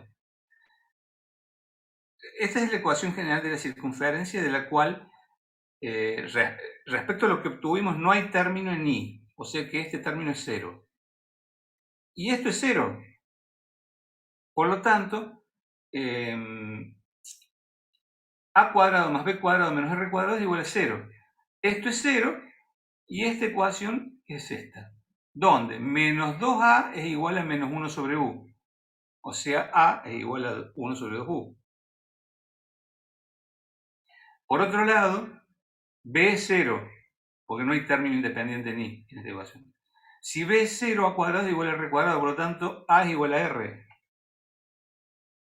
Quiere decir que cuando tenemos U constante, lo que vamos a desarrollar en el plano de la variable, en x, y, va a ser circunferencias de igual radio que el descentramiento. Porque el descentramiento es el radio. Y el descentramiento es 1 sobre 2u. O sea que para un valor de u elegido, la circunferencia va a tener el mismo radio que el descentramiento.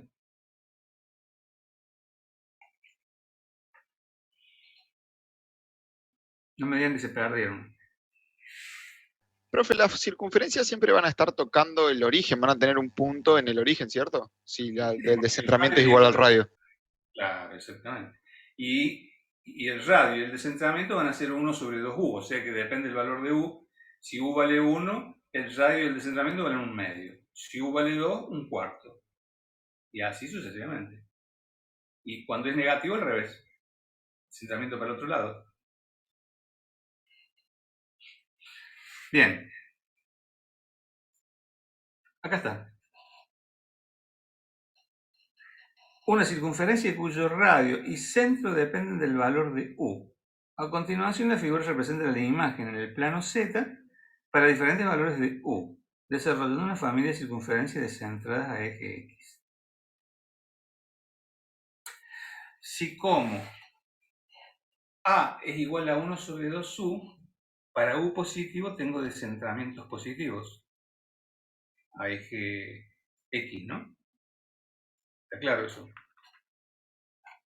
U y A tienen el mismo signo. Entonces, si U es positivo, el descentramiento es positivo. Si U es negativo, el descentramiento es negativo.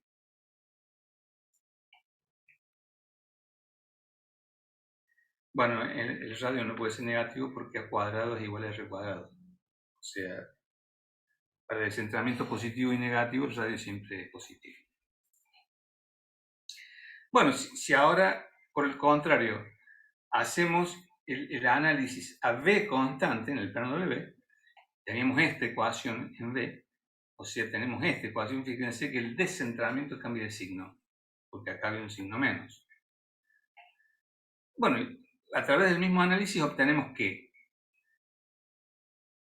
el término A, no hay término independiente en X, por lo tanto A es igual a 0, B cuadrado es igual a R cuadrado, B es igual a R. Y el descentramiento es menos 1 sobre 2B.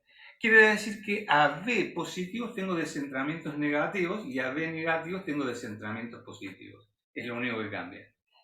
A eje Y. ¿Se entiende?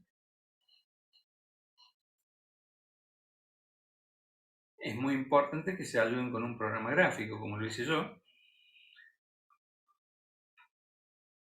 Acá tenemos dos valores de U, dos valores de B en el plano W, que corresponden a dos circunferencias del mismo radio de descentramiento. Si B es positivo, las circunferencias son para abajo porque el descentramiento es negativo. Entonces, esta región corresponde a esta región.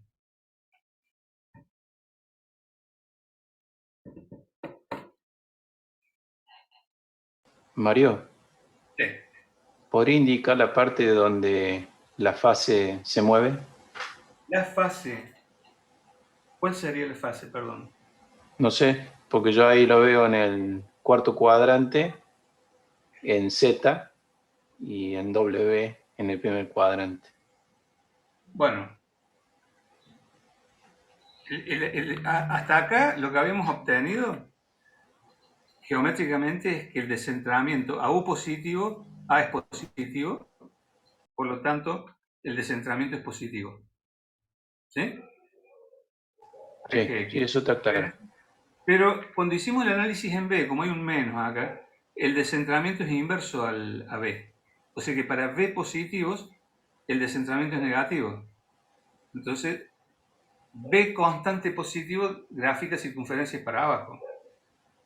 Por eso está para abajo y por eso queda en el cuarto cuadrante, la intersección. Entonces, fíjense que la circunferencia correspondiente a este U y a este U están acá las dos, a eje X. Y a este B y a este B son estas dos. ¿Por qué cuarto cuadrante pasa el primer cuadrante? Y podría decir porque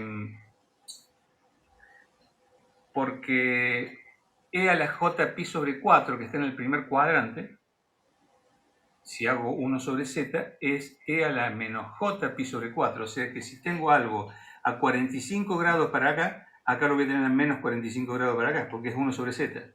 O sea, es el conjugado. Perfecto, ahí está Desde el claro. punto de vista de complejo. Sí. Ahora sí, ahí está. En realidad no hay nada misterioso acá, porque fue un análisis limpio de la ecuación general de la circunferencia. Ahora podemos empezar a buscar la connotación de complejo. Que bueno, esa fue la primera y me parece muy oportuna. Bueno, podríamos detenernos aquí.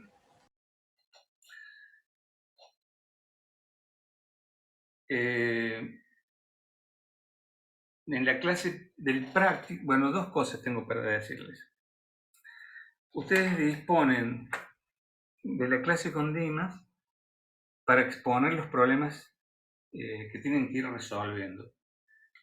No le vamos a resolver todos nosotros, ni en el práctico, ni mucho menos aquí en la clase, pero sí tienen el foro cuando hay problemas para afrontar las aplicaciones que les proponemos, que son aplicaciones que les van a exigir mucha elaboración analítica, con el objeto de que desarrollen aptitudes y desarrollen, más que aptitudes, percepciones inmediatas acerca de la manipulación de complejos.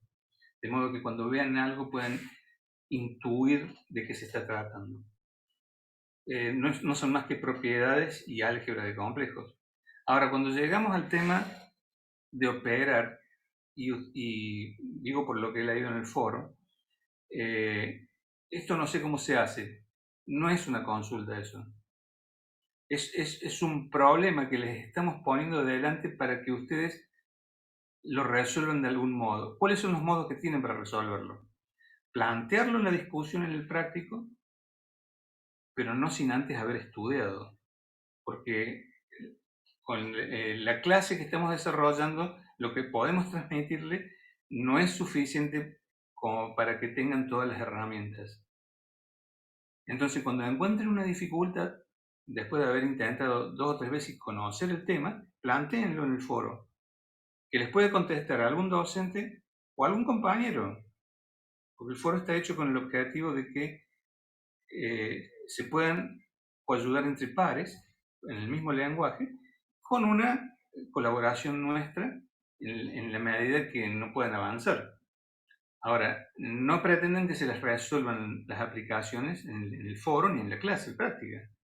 En clases prácticas les van a enseñar métodos, les van a indicar formas, pero el trabajo, tal cual se los estoy planteando, es de cosas que ustedes conocen, a veces mucho, a veces menos, pero es álgebra, trigonometría y conocer las propiedades.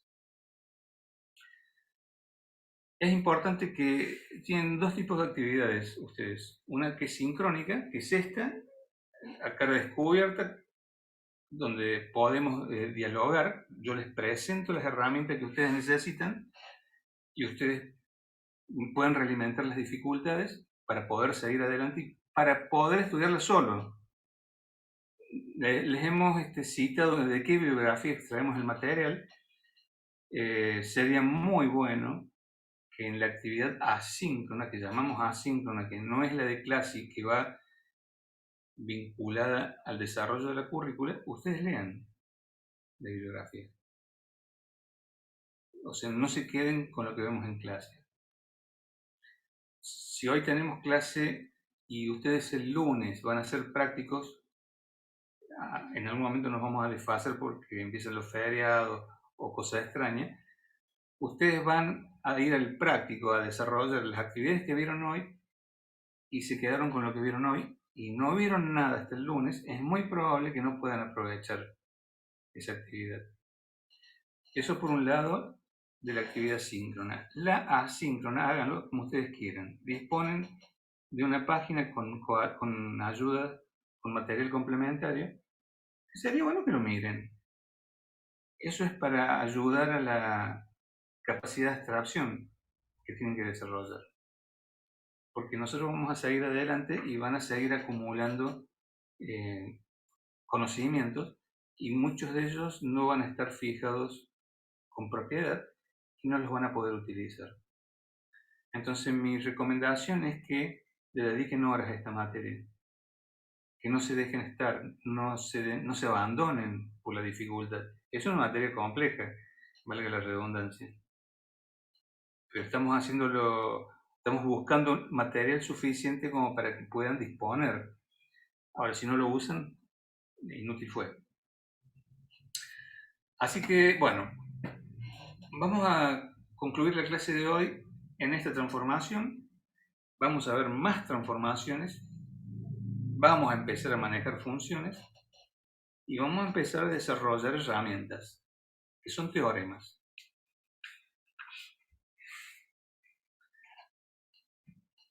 si hay alguna pregunta que deseen hacer respecto a lo que hemos visto. Sí.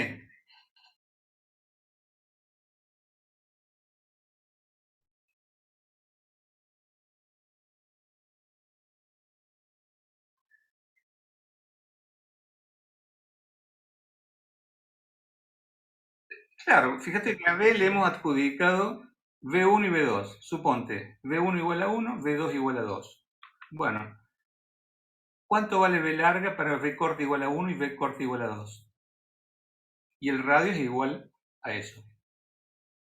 Bueno, si V corta vale 1, B vale menos 1 medio. Se desplaza menos 1 medio con radio 1 medio. Si V corta vale 2, menos 1 cuarto. Se desplaza 1 cuarto con radio 1 cuarto. Y siempre por el origen. ¿Sí? Profe, yo tengo otra duda. Diga. ¿Cuándo va a subir, o esto ya está subido al aula virtual, estas diapositivas de las transformaciones? Esta subida, excepto las correcciones que estoy haciendo, que me he comido algunas cosas, excepto esos errores que mañana cuando termine esta clase le voy a subir. Pero en general, nosotros dictamos la clase con las diapositivas ya subidas. ¿O no las encuentran? No, profe, hasta la unidad pasada sí está subido, pero cuando arrancamos a ver transformaciones, al menos yo no lo vi en el aula virtual, capaz que no Puede lo ser que quería. no lo subí. Mejor, porque corregir unos errores. Mañana después de la clase de la otra comisión lo subo. ¿Puede ser? ¿O quieren que la suba esta noche? Como a usted le quede más cómodo, profe. Y me queda más cómodo corregir los errores que encuentre esta mañana y subirla mañana. Estamos de acuerdo, no hay problema. Seguimos afianzando. Lo que pasa es que, sí, me estoy adelantando porque tengo un feriado de la semana de Pascua, creo, que me voy a atrasar. Entonces, me voy adelantando los hechos, cosas que no tenía pensado llegar hasta aquí, por las clases que vamos a perder. Pero en general, pasada la semana de la clase, van a tener material cargado porque ya está todo editado. Y si hay errores, sepan disculpar los errores, lo pueden consultar en el foro y a medida que vamos encontrando los errores, los corregimos y los recargamos. Perfecto, Mario. Gracias. Bueno, si Listo, profe. no tienen más consultas, les deseo una buena noche y nos vemos la clase que viene. Gracias, profe. Buenas noches. Gracias, profe. Gracias, profe. Nos vemos. Buenas noches, Chau, chau. profe. Chao, profe.